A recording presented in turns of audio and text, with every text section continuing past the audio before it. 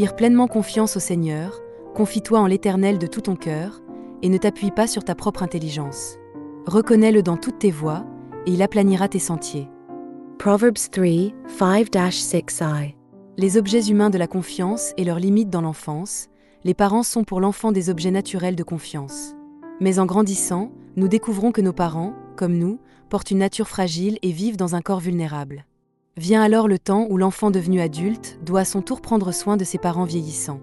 Dans un mariage heureux, la confiance se déplace vers le conjoint. Plus tard, ce peuvent être les enfants devenus adultes, ou encore des amis véritables, lorsque Dieu nous accorde cette grâce. Et cela n'est pas contraire au dessein de Dieu. Dieu lui-même a déclaré qu'il n'était pas bon que l'homme soit seul. Il créa Ève afin qu'il y ait communication, soutien mutuel et entraide. Et voulut que l'homme et la femme se tiennent l'un pour l'autre comme des aides aisées. 2. Dieu, l'unique aide parfaite et éternelle pourtant, dans les Écritures, le mot aisé est employé bien plus souvent pour Dieu que pour les êtres humains. Car Dieu seul est pleinement digne de confiance. Les hommes changent, et un jour disparaissent. Dès l'origine, Dieu avait planté dans le jardin d'Éden l'arbre de vie, menant à la vie éternelle. Si Adam et Ève n'avaient pas été chassés, ils auraient pu être éternellement aides l'un pour l'autre. Mais à cause du péché originel, la vie éternelle s'est éloignée, et l'humanité entière s'est retrouvée soumise à une existence finie, incapable de trouver en l'homme un aisé parfait. Bien que Dieu soit esprit et demeure notre aide véritable, nous, êtres de chair, avons perdu le chemin de la communication avec lui.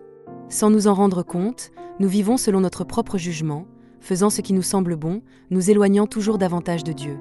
3. Jésus-Christ, chemin vivant vers l'aisé éternel. Dieu choisit Abraham, Isaac et Jacob. Et au sein du peuple d'Israël, il ouvrit un chemin de communication par les prophètes. Cette histoire de dialogue avec Dieu constitue l'Ancien Testament. Mais Israël, tout comme Adam auparavant, échoua à garder la parole et les commandements, condition de cette communion.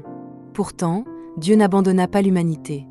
Il envoya le Sauveur incarné dans le peuple de Juda, faisant d'Israël le canal glorieux de la venue du Messie. Cependant, le Sauveur n'est pas venu pour Israël seulement, mais pour le salut de tous les peuples.